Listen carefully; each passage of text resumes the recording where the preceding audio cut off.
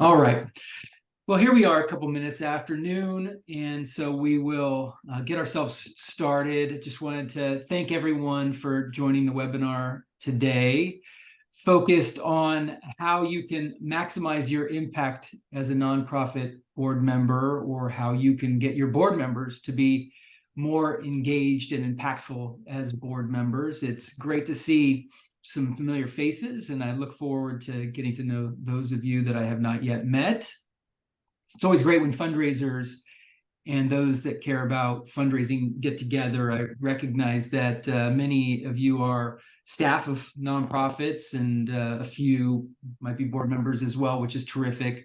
Presentation really is designed to be helpful for both audiences. And if you're like me, you probably feel like not enough attention is paid to the topic of how board members can best impact their beloved organizations, and not enough training for board members is available and provided on how they can better fulfill their roles.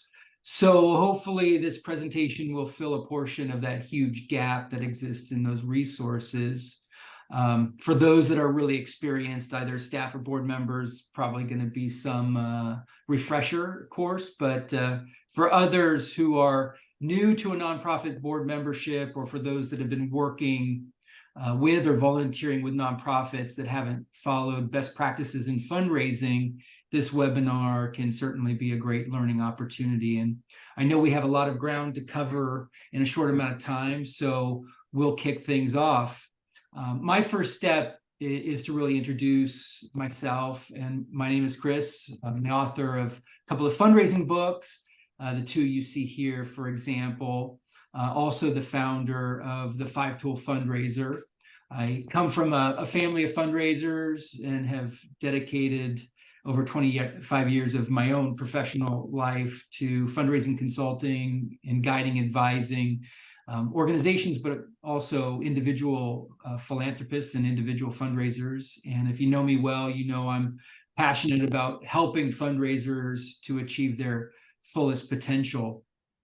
And it was that passion that really got me to start the 5-tool Fundraiser, an organization that is designed to really help fundraisers to grow their capacity to be more successful through the provision of training, knowledge sharing, access to the best vendors available, and so much more. So I definitely would encourage you and invite you to check out the website when you have time. So in our presentation today, as I mentioned, we're covering a lot of ground. A lot of it is really just best practice guidance around the idea of board engagement. We'll look at the responsibilities of boards themselves as organizations, as groups, the role of the individual nonprofit board member. We'll cover some hacks, which is a fun code word for hints or tools that you might want to consider incorporating to elevate impact and enhance the effectiveness and engagement between the organization and the individual board member. And depending on time, we might explore questions and get into a bit of a discussion. There are a couple of times during the course of the presentation where I dare ask a question or two. So if you don't mind, be prepared to come off mute and share with the group some of your thoughts and reactions to what you're hearing. So we'll get there, of course, but let's get started. And the best place to start, of course, is with the basic definition of the board member. And this comes from the National Council of Nonprofits, a reputable source. They write that board members are the fiduciaries who steer an organization toward a sustainable future by adopting sound ethical and legal governance and financial management policies, as well as by making sure the nonprofit has adequate resources to advance its mission. And this definition contrasts, of course, with board members for for-profit corporations, rather, where there's typically less emphasis placed on ensuring adequate resources to advance mission. Instead, for-profit corporate boards focus on helping an organization drive profitability. With for-profit boards, members often get paid and don't have the same passion and commitment for the mission necessarily. With nonprofit boards, of course, you don't get paid. In fact, you actually pay for the privilege of serving on the board through your own donations. Now, that's quite a difference, you'd have to admit. And the place where nonprofit and for-profit boards perhaps align most consistently is in the hiring, management, and disposition of the organization's CEO. So that's where the roads meet, but often is one of the few places where there's similarities. And as we venture forward in exploring individual board member roles and expectations, I wanted to start off with a brief question. Hopefully everyone's ready to participate and play along. We have a couple of these pauses for discussion throughout our time together, which makes some fun and engagement opportunities for us. So please don't be shy. But the question is, does your board take ownership of the fundraising process? And there's no right or wrong answer here. This is not an opportunity to be judgmental of the board, but it's also possible for those of you that are board members yourselves, you might be multiple boards, so you're going to have to pick one. But typically, the answers we see here are yes, 100% of our board gives and are trained or comfortable, have a culture of asking others for support. Another possibility is that it's mixed, where some board members do some of the giving and fundraising and others don't. And then there's the situation where actually, no, the board expects staff to do it. And that's a common response as well. So where are you? What's your experience? And who'd like to share something that they've encountered with their own board as it relates to ownership of the fundraising process? I could say something, but I'm a little, are we on mute or? No, you're good. I can hear you. Okay, well, anyway, I'm in a unique position where, with this art center, because most of the money that we're raising are from people that have known me for many, many years. And most of the people on the board don't know these people, so it's harder for them to ask. And so I'm doing a lot of that myself. However, there are some board members that do know some of these people, and so far, somehow I need to reach out to them to what's a diplomatic way to put that, to get them involved. Right, the diplomatic way. Well, I think they need to be trained up. They need to certainly understand that what you would hope for is their willingness to engage their network and talk to others about how important the organization is to you and why that is. And you just thought that they would have an interest in knowing more and potentially being involved. So that's a great... Yeah, and that's a great example, Stephen. And you are the founder and CEO of your organization, I know. So you do have a very unique position. And so there's a lot here in this presentation to offer. Alan, you willing to share anything? Sure, I'm happy to share a little bit. Our board, obviously, we're very proud that they're 100% participation in our annual fundraising drive. So it starts right there with them affirming their belief in what we're doing.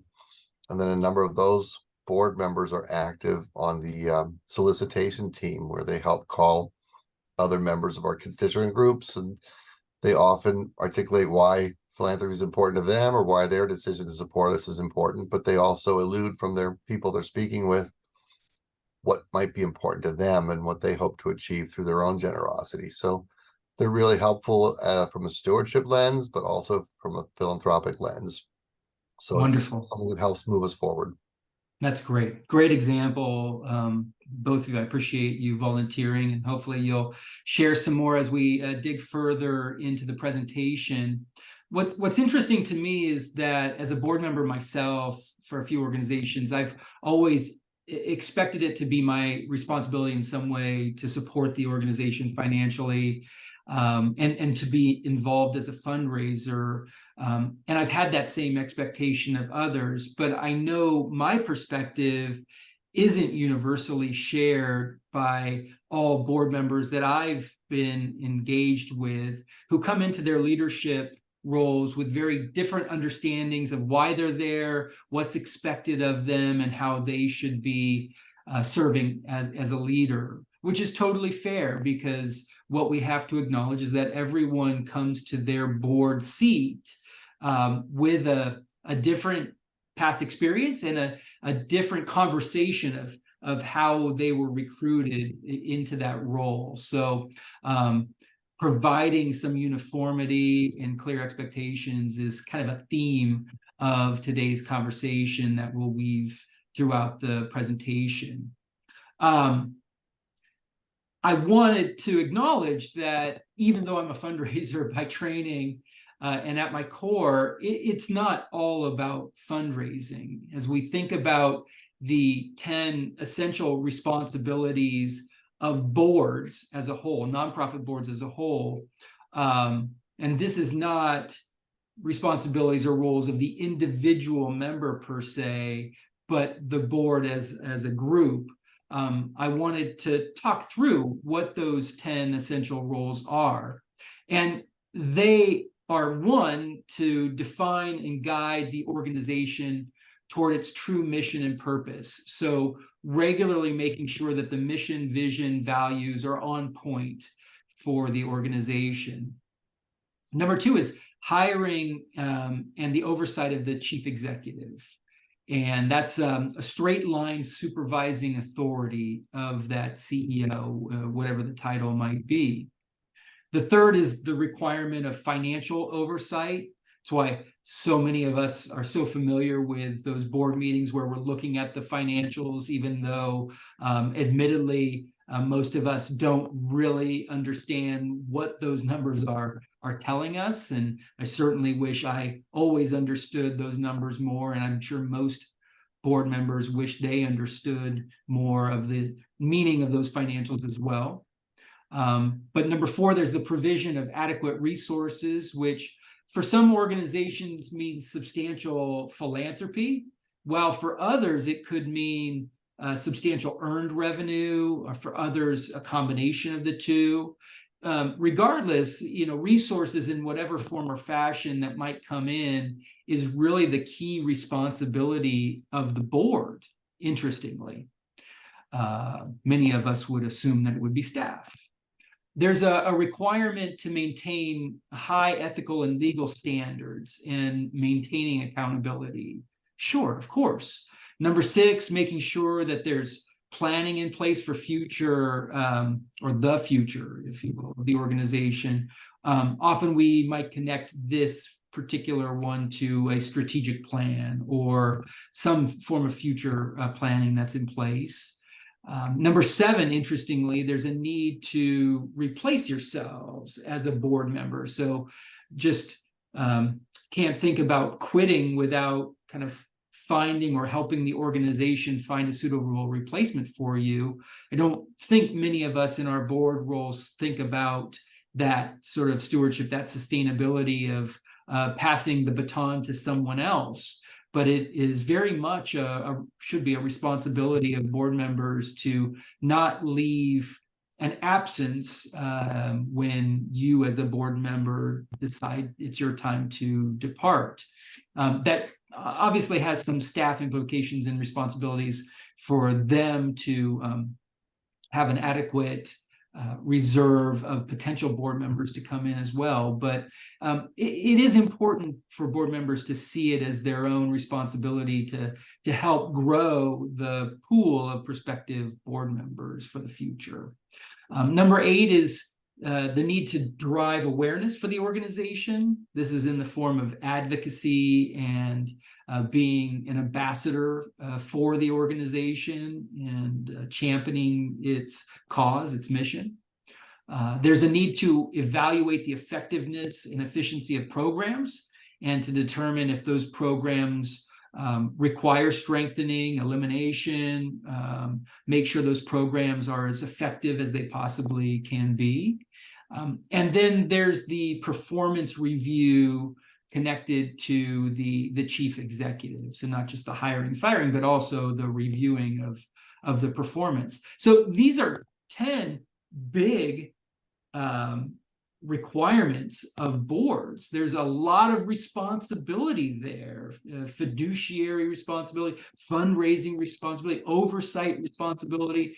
It's a big deal, and board members need to have clarity and communication about what those expectations and roles are before they assume this responsibility and come into it. So what I was interested in understanding from you all, if you don't mind playing along, of course, is which of the responsibilities do you find most important and why?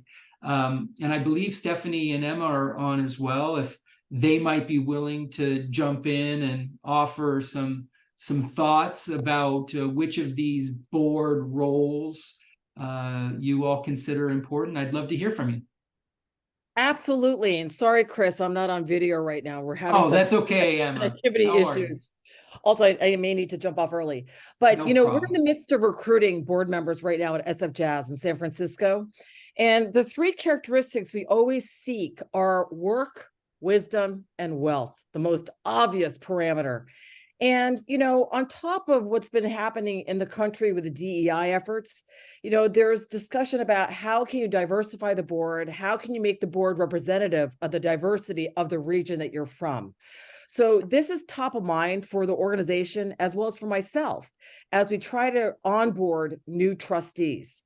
Now, the ideal board member would be able to provide all three, but we know in this world, a board member can only provide one, at best maybe two of those three characteristics I just noted.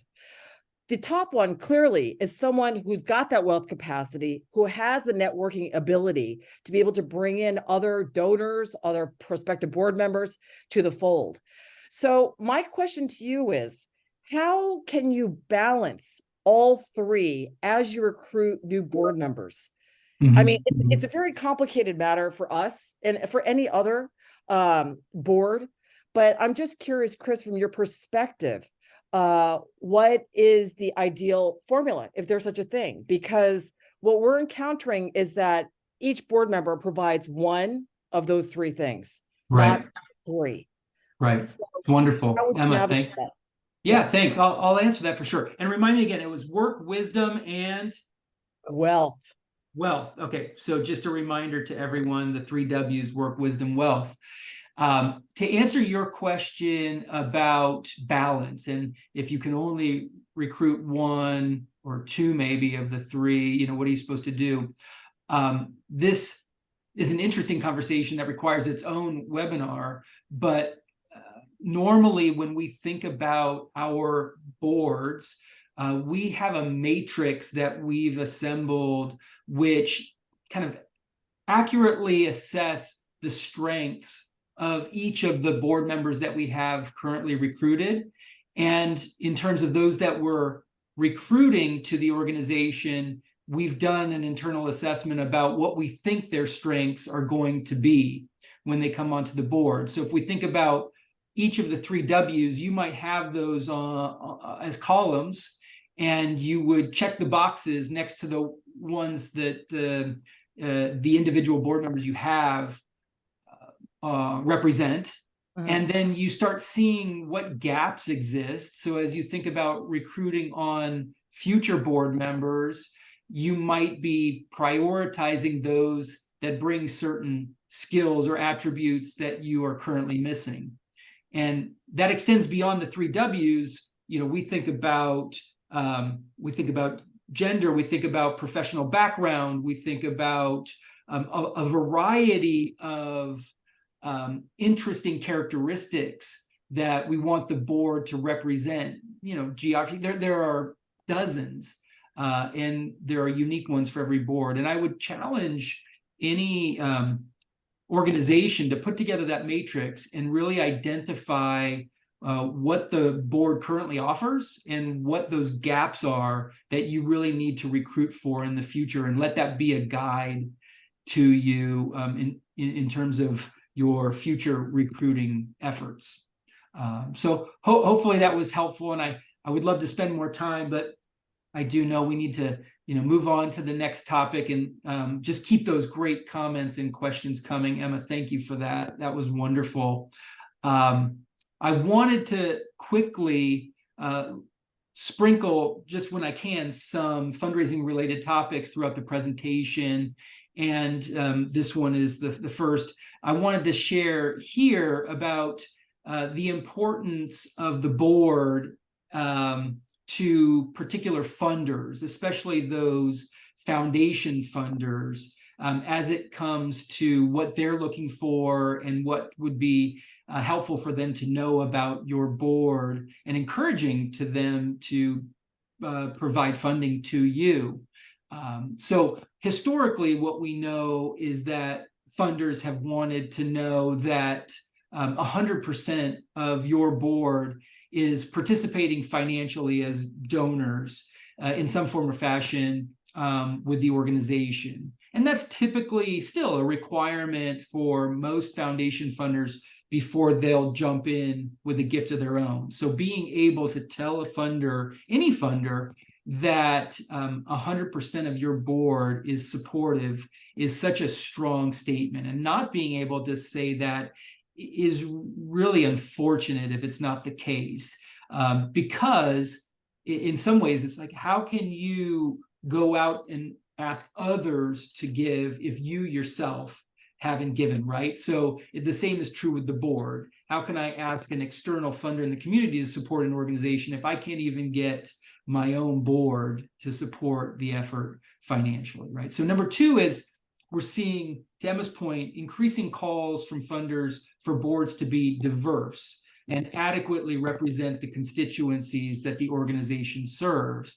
And this could come in terms of gender, race, geography, and other characteristics that assure wider representation. Super important. Funders want to make sure your mission aligns with theirs. So being able to show them how your mission aligns with theirs is incredibly important. Funders want to make sure there's engagement from the board in terms of not just finances, but volunteerism, working with the programs.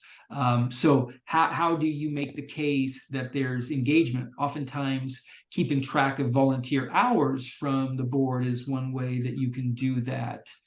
And then funders really do want to know that the board and the CEO or the executive team are in close alignment, and that the two are working really well together.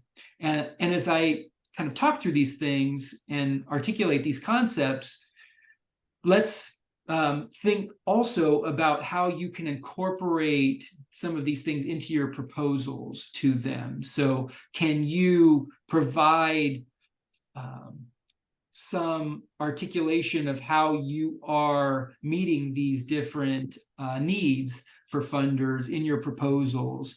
For example, showing that your board supports you 100% financially, showing that you have great board diversity, showing that you have engagement and alignment and all of those things. I believe that if you're able to communicate these things clearly and well, your chances of funding from these organizations are going to be dramatically increased.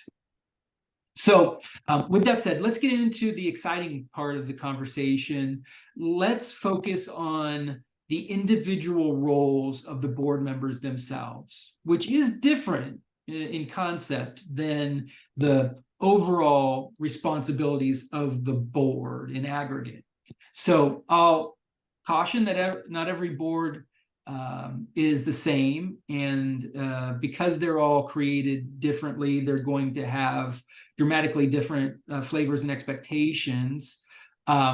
So while some are really great at documenting what those expectations of board members are, many more are very poor at communicating what they actually want and expect from their board members. I would say 9 times out of 10, whether documented and communicated or not, these 10 sort of expectations or board member roles that I am going to walk through are really what the CEO will tell you they want from their board members. So 9 times out of 10, whether they're expressed clearly or not to board members, this is what certainly the CEO and certainly the chief development officer would most want from boards. And it all starts with the ability of the board member to confirm that this organization that they're on the board of is a high priority.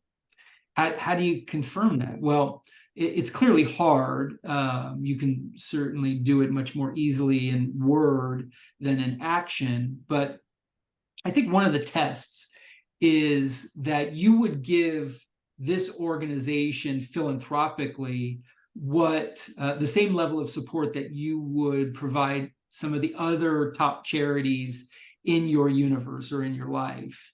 And that's hard because I think we all understand that there are different economics involved. If I'm on the board of a small social service agency that has a low board minimum giving requirement or a smaller budget, and I'm also on the board or involved with a very large healthcare institution or college or university that has a very substantial philanthropic requirement, it would be easy to give less to one and give more to the other. But I would like to suggest that if you are truly committed to an organization on the board and it's a top philanthropic priority or top priority for you, that your giving would be very similar. Your giving financially would be very similar, but also your giving of the same level of time, energy, and effort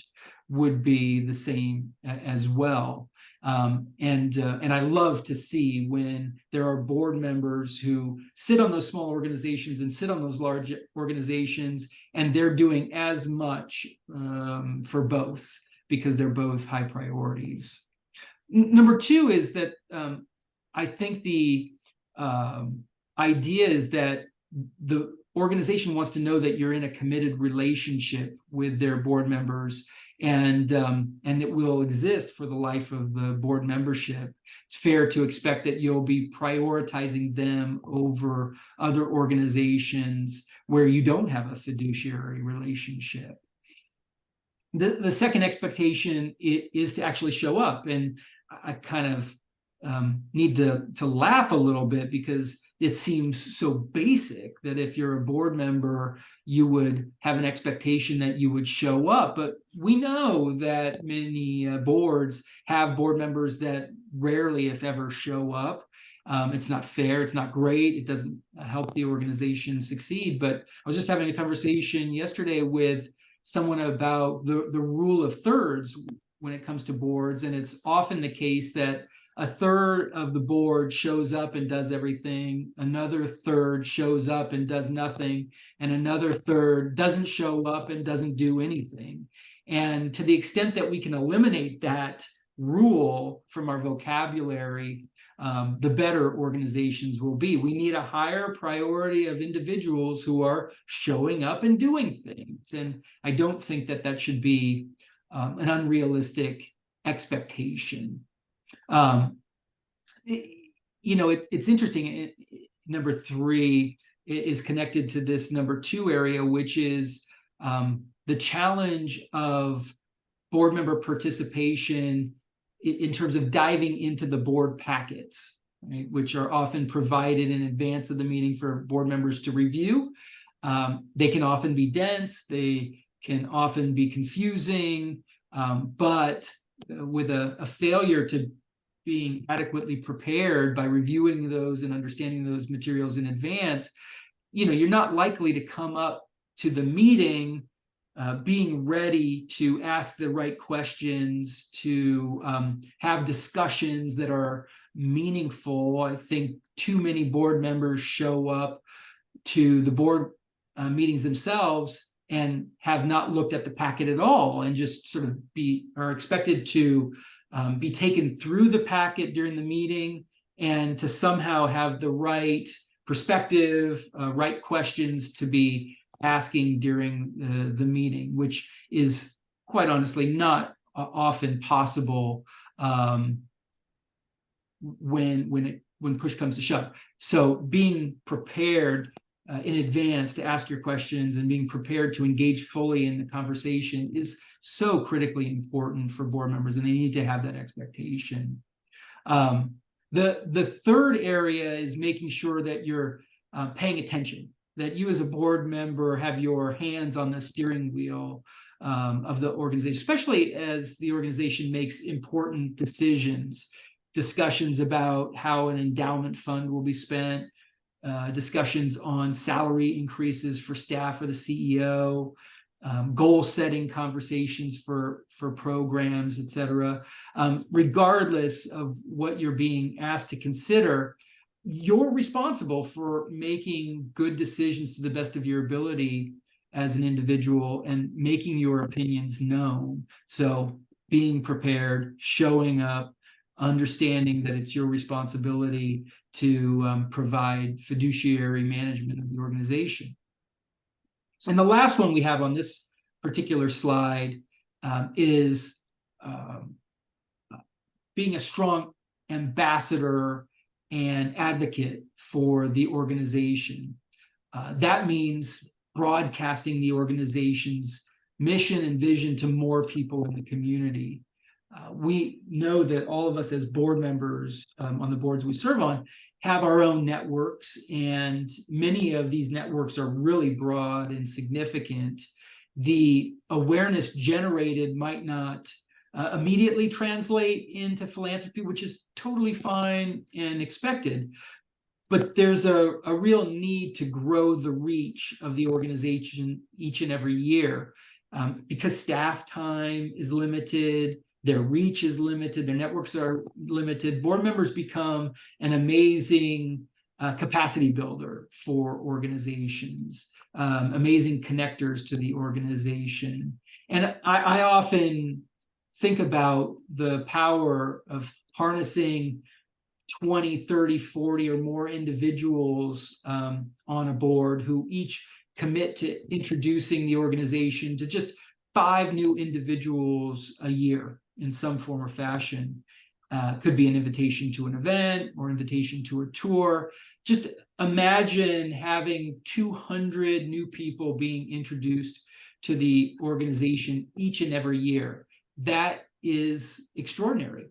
But it takes that willingness to be a strong advocate, ambassador, connector, right? So it's so important to do. Number 5 is the expectation that a board member will serve on at least one committee or task force of the board. So this is part of engagement. Maybe it's the development committee, maybe it's finance, maybe it's the executive committee or strategic planning, but somehow getting involved. Board members need to step up and participate in something. It's not for the other person to do, it's for each board member to have a role.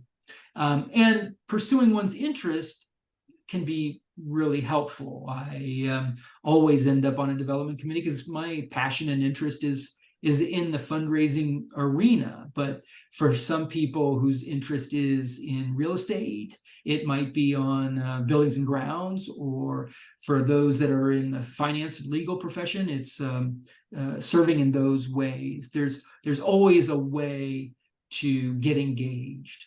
And I think it's incredibly important for staff, to the extent possible, to identify what those interests are and make it known to board members what the volunteer options are and how they can be most helpful.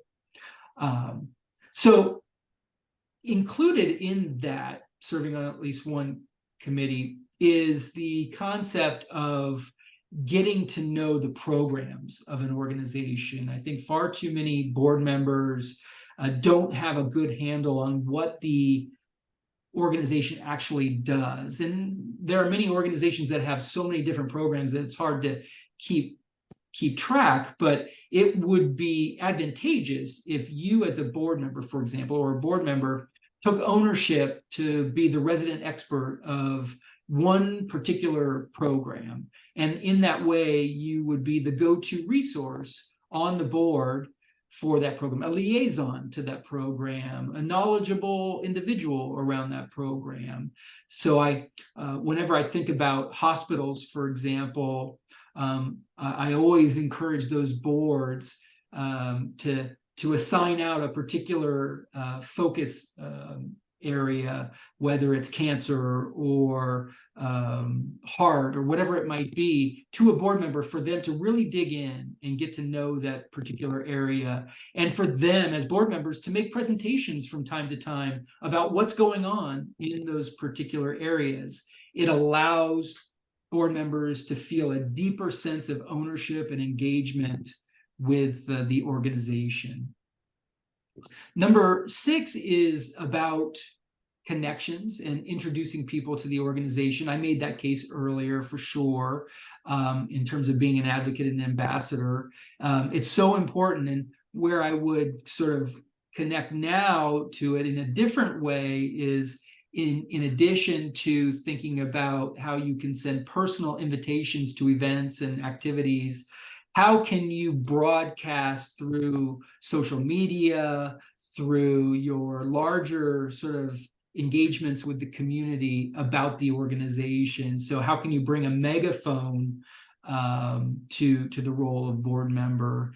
There is the capacity you have as a board member, for example, to really target, and then there's the capacity you have as a board member to more broadly influence and make people aware of what's going on. Number 7 is the financial requirement. And not all organizations are particularly precise in terms of their expectations with board members when they join. And I really do regret that some organizations don't communicate any of this clearly up front, which creates lots of challenges as time goes on with a board member and their experience on a board. It obviously leaves room for miscommunication and hurt feelings oftentimes when board members realize at some point that maybe they're not meeting certain expectations that they didn't even know about. And I'm advocating for clearly written expectations in terms of financial participation that prospective board members are made aware of long before they join, and even having their declarative approval that they will meet those expectations can be really, really helpful. And this is in terms of annual support. And that annual support could come in many different forms. There might be board dues, there might be expectations of supporting a gala at a certain level with a table sponsorship, or an expectation that you're not only giving but getting. So maybe you're expected to give a certain amount and get a certain amount, or maybe there's just an aggregate get.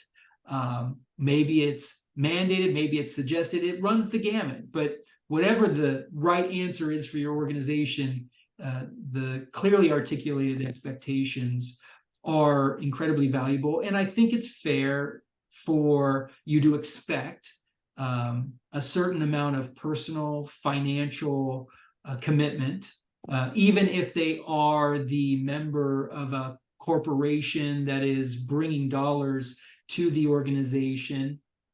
Their influence over the company's giving decisions is incredibly important. That's what I would consider a get.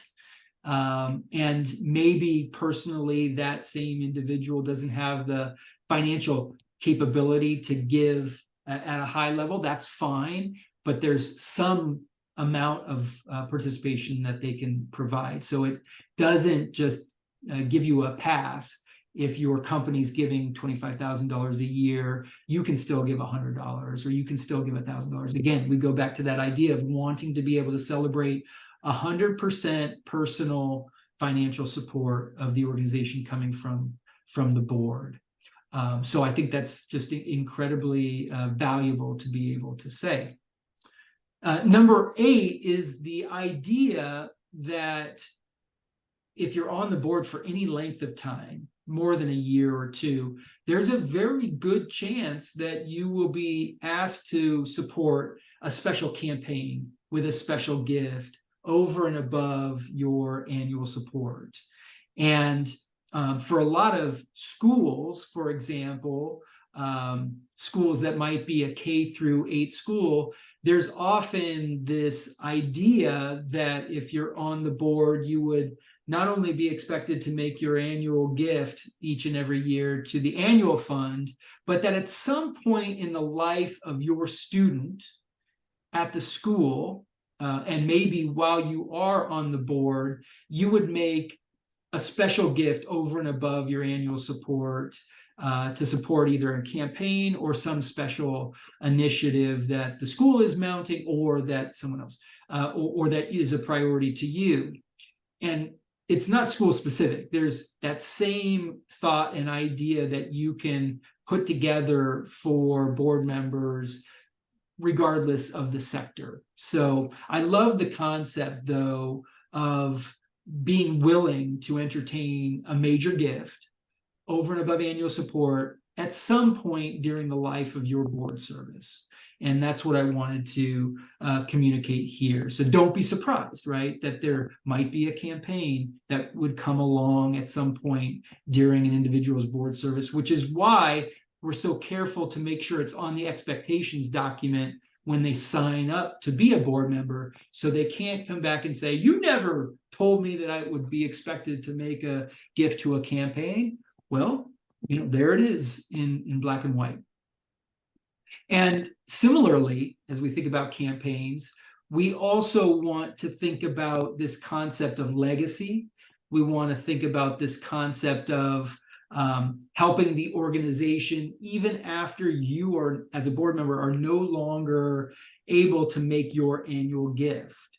So can there be, while this person's on the board, that effort to get them as an individual board member to sign on to be a part of the Legacy Society, that they will, through their estate plans, leave some modest or large gift to the organization. It's one of the easier asks, because if there is no minimum financial requirement, for example, it's not that difficult to get that kind of commitment from them to do that. Now, whether they actually move forward with the mechanics of updating their legal instrument, their will, their trust, whatever, to include you, you can continue to follow up on that to get that documentation, which I encourage, of course, but just being able to introduce the concept, have the conversation, get their commitment to do that is so important. And I think often about the organizations that are 50 years old, that have had 1,000 board members. And if they had from day one communicated and encouraged board members to all look to leaving a legacy to the organization, just imagine the power in that. Just imagine the huge endowment that some of these organizations would be able to create from individuals who said, oh, you're right, I don't have to leave 100% of my estate to one organization. I can leave it to several different organizations. And because you asked, you were able to put yourself in line to receive that kind of generosity. So this is forcing you as an organization to put out there expectations that will benefit you far into the future, which is so important. And the last role I wanted to mention before we move on is the idea of being a team player in the fundraising process. It doesn't mean you have to be a solicitor. being on the board, being a fundraising volunteer doesn't always mean that you're asking.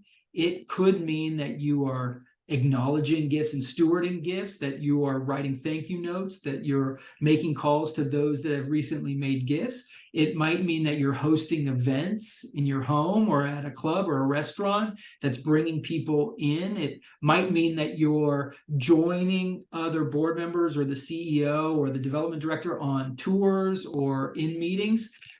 You're finding a way to plug yourself into the fundraising process, even if you're convinced, though you probably shouldn't be scared of it, even though you're convinced that you could never ask anyone to give, there's always a way to be involved in the fundraising process, even if it isn't the moment of the ask that seems to scare so many people. So being involved as a team member in that way is critically important and will be so helpful to the organization.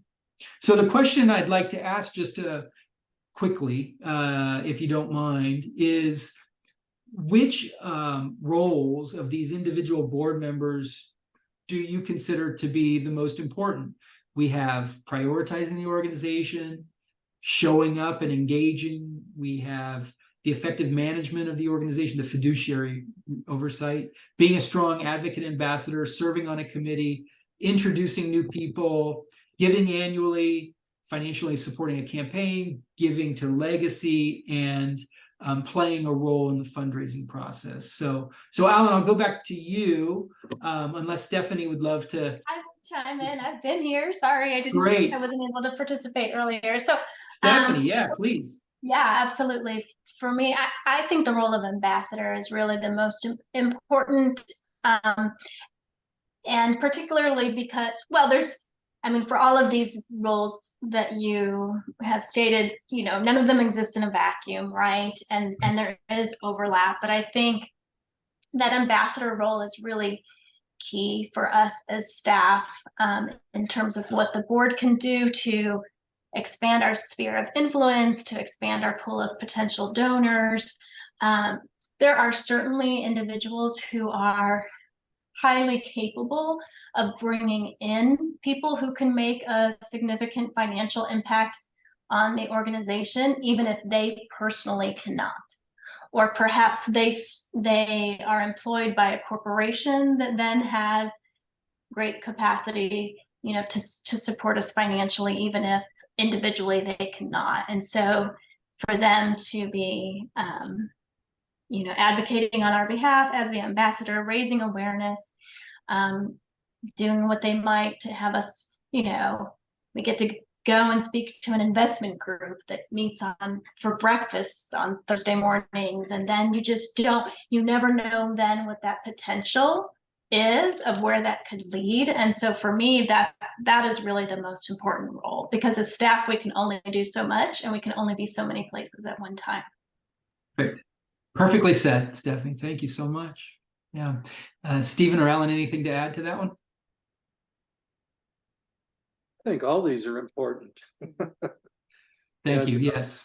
You raised the question if the board member isn't comfortable asking, being the ask, how, and I'm actually talking about myself, how can you get yourselves to be comfortable with the ask? Yeah, I mean, the quick answer, and it's not perfect, is that it's a skill. It's muscle that you build through repetition. So, you're in the gym and the reps you're doing are actually asking people for money. At some point, it becomes comfortable, it becomes natural, it becomes no big deal. But until you have sufficient reps, it will always seem like just too big a mountain to climb. And having a partner is a great way to lessen the burden or the challenge. The two of you there together would make a great dynamic duo, going out and having those conversations. There's strength in numbers. There's probably a lot that you can accomplish together. And so I've often found that if I'm scared to do something, having a partner that I trust to come along with me makes everything seem a lot better. I think Yeah. what I'm trying to do is turn it into an opportunity. This is an opportunity when I'm asking, not just Right. asking for money, but this is an opportunity to really help this move forward and so on. Yeah, and I'd like to explore that interest with you. Yeah. It's a harmless thing to ask someone if they would be interested in learning more about something or potentially investing in this thing that's really important to you, and it could make a big difference in the community, right? So, Alan, save your thought, unless you got something. I'm with Stephen as well, and Stephanie, what you said, but they're also important. For some reason, though, showing up and being there when called on, not just dialing it in, is so important to me, because there's something about the relationship and the timbre of your voice and the weight of your presence that adds gravitas to your words, your actions, your deeds. That it's commitment beyond the checkbook. It's commitment beyond the gesture. It's being there for your group. And I think Wonderful. that kind of affinity carries people forward, and it also lays the groundwork for next steps. So, Right. Well said. Great. That was wonderful. Thank you all. That was so good. So the last two slides that we have are just these hacks, these ideas to help promote greater engagement from board members. So let me quickly go through those. The first is the concept of developing an individual work plan for each and every board member. And this is obviously where board members themselves and staff have to come together and work together to create something. The idea is that the board member, by putting together an annual work plan, would be able to create appropriate visibility to staff about what the work is that the board member wants to do, feels comfortable trying to accomplish, and then the staff member can work closely with the board member to make sure that the resources exist from the organization to be successful in accomplishing that plan. And when we're talking about what that individual work plan involves, I think we're talking about the different committee roles or program engagements, tours, whatever it is that the board member wants to do in service to the organization, to engage in the organization's work, both from a committee standpoint and also from a learning and experiencing the program standpoint, is really important. It's at that moment that you might learn of a board member's interest and passion in getting to know a particular area of the organization on a deeper level, and you start really uncovering what's important to that board member. So it really helps you unlock their interest and engagement from that perspective. It's important to establish what the financial objectives, the giving objectives are for that individual. Are they going to make an annual gift of a certain level? Do they intend to support the gala in a certain way? Are there other fundraising opportunities that they want to participate in? It was this concept of helping me come to terms with what I wanted to do from a fundraising perspective that allowed me, on one board I served on, to commit to an annual level of support, but then also to commit to raising extra dollars for an endowed fund that required a $50,000 contribution, which I couldn't give, but I knew I could fundraise for it. And so that kind of leads to that third area, which is, how can you think about fundraising? Who can you engage in a fundraising conversation? What money can you bring into the organization from sponsorships, from corporate or foundation contacts, or any other ways that you think are feasible? What are your personal fundraising goals? And then lastly, who are the 5 or 10 individuals that you commit to reaching out to and inviting to learn more through a tour, through a breakfast with the CEO, through a seat at the gala, however, but who are the 5 or 10 individuals that you most want to introduce to the organization, because those individuals, if they sort of caught fire with the organization, would be super impactful in the work that they could do on behalf of the organization. So it doesn't require a lot of work. There's usually some sort of form that you can ask a board member to fill out. It's pretty easy, but gets them to commit. And then you have the capacity to evaluate the board member more effectively at the end of the year on how they performed against their plan. Not in a critical way necessarily, but just to sort of evaluate the partnership that the board member and the staff member have together. It might also put a spur in the saddle of the board member at the end of the year to get on with the giving, or get on with the fundraising, or get on with the work that they committed to do, which they haven't actually done earlier in the year. So the last thing that I'll leave us with is this second hack, and that's this concept of providing adequate accountability. What I've learned in my years is that board members don't know what they're supposed to do, and don't often know who they should turn to if they have questions about what they should do. And they very rarely have someone assigned to them that's following up with them on a regular basis, like a monthly check-in, bi-weekly call, whatever it might be. So ultimately what happens is 3/4 of the board are left doing nothing between meetings, because there's no accountability, there's no staff engagement. So providing that accountability partner, having every board member assigned to a specific staff member, and of course the board chair is probably going to be assigned to the CEO. A lot of the executive committee members are going to be assigned to the chief development officer. But a lot of these board members could be assigned to other members of the development team, and they might be able to gain valuable experience working with volunteers. The board members might respond very positively to having someone that they can rely on to ask questions, to go out on visits, to do certain things with. The accountability or lack of accountability, I think, is one of the greatest misses of board engagement that doesn't have to exist with organizations. And I think we can all admit that the board meetings themselves aren't really where the work gets done.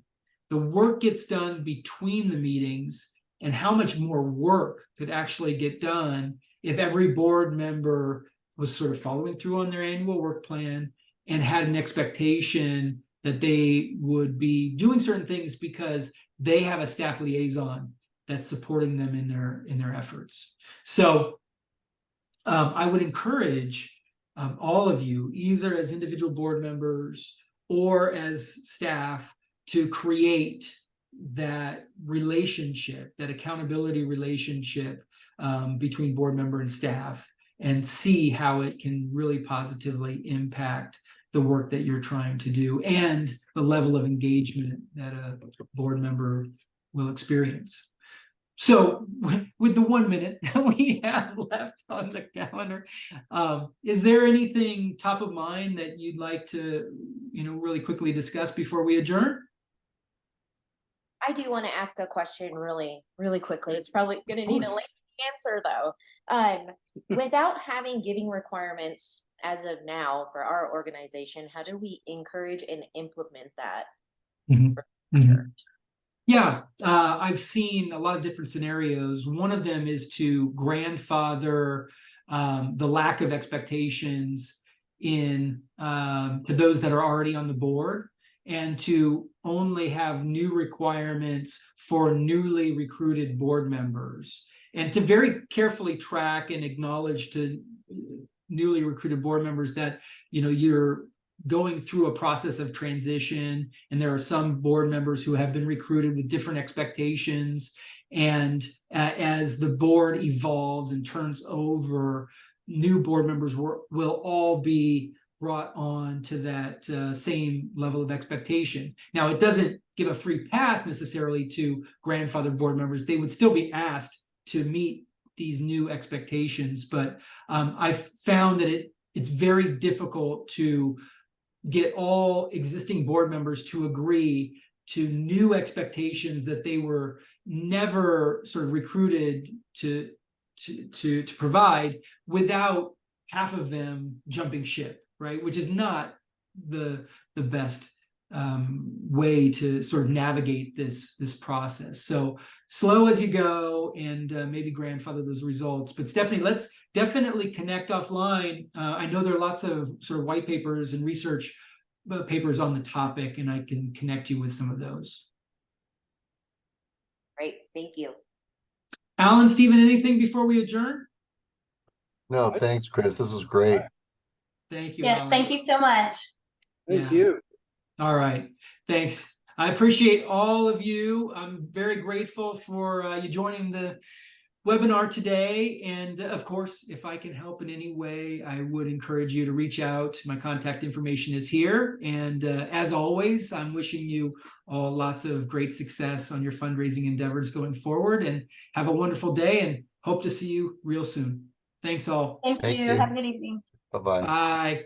Take care.